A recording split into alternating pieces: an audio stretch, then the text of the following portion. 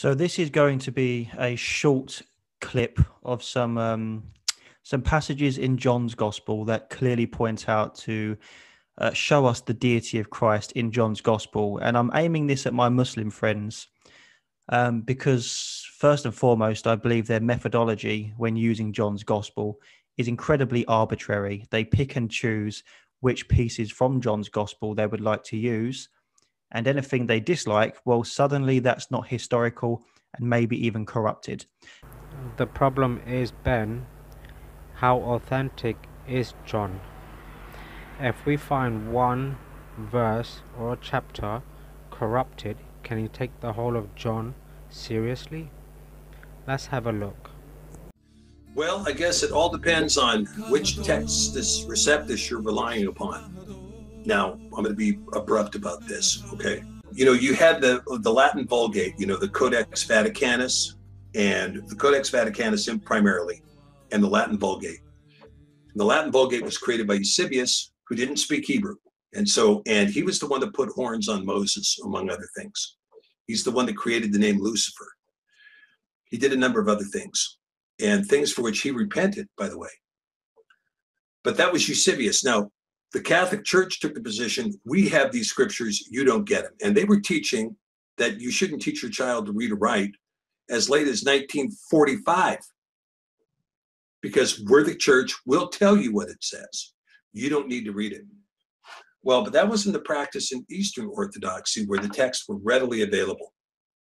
And so as a consequence, with the fall of Constantinople, you had the Greek phrases come into the West. Now, the Stephanus Textus Receptus shows that phrase. Where it's missing is in the Westcott and Hort later Textus Receptus of the 19th century.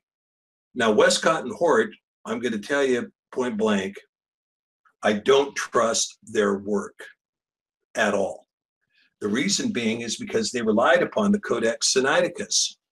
And the Codex Sinaiticus was found in a trash can, and some of its pages had already been burned because the people were using it for the fire.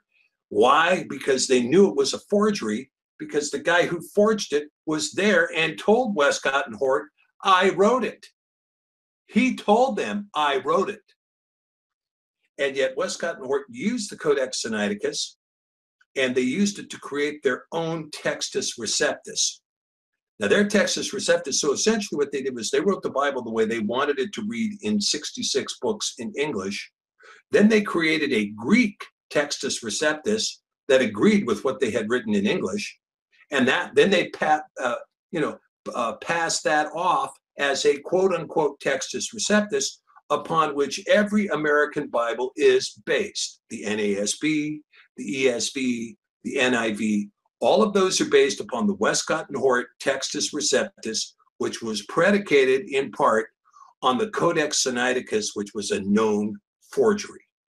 No problem if we have 1 John 5:7, which explicitly defines the Trinity. Give us the verse, and then should it be in or should it be out? 1 John 5:7 that's found in the King James Bible says that there are three witnesses in heaven, the Father, the Word, and the Spirit, and these three are one. This is a verse that was added to the Bible in 1522 when Erasmus, who was the first publisher of any Greek New Testament, got pressure from the church to add this Trinitarian statement because it had been found in some Latin manuscripts.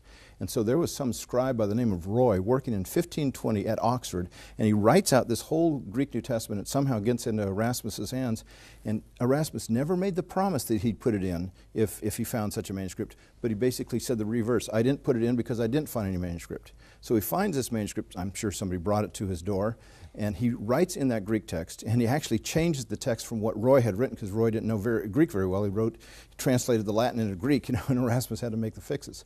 But it's not found in our ancient manuscripts. It's found in 4 16th century manuscripts and 4 manuscripts in the 12th century or later in the marginal note with a 16th or 17th century hand. That's a passage that I'd have to say, this is not authentic. And the ancient church never even thought about it being authentic.